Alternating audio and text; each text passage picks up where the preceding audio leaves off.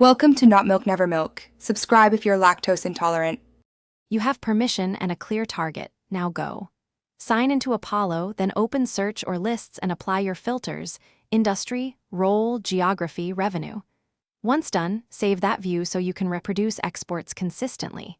Make sure your list size fits your export plan. Large queries may need batching. Save any tag or list names you'll use downstream. This early discipline prevents noisy exports and speeds the next step, where you pick fields and prepare the file. Now choose which columns matter and why. Contact email for outreach, company for segmentation, title for personalization. Click Customize Columns, add custom fields, and arrange order to match your CRM import template. Preview a few rows to confirm formats: emails, phone dials, countries.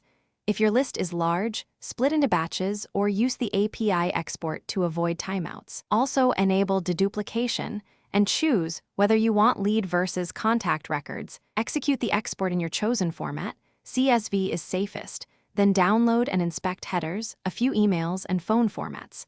Import a small sample into your CRM to validate field mapping and encoding. Fix column order if needed, then process the full file. If you'll repeat this, schedule a recurring export or set up an integration so updates flow automatically.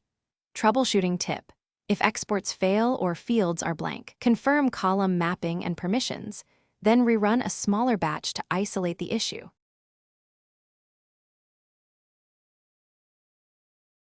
Thanks for watching. If this was helpful, leave a like and consider subscribing. See you next time.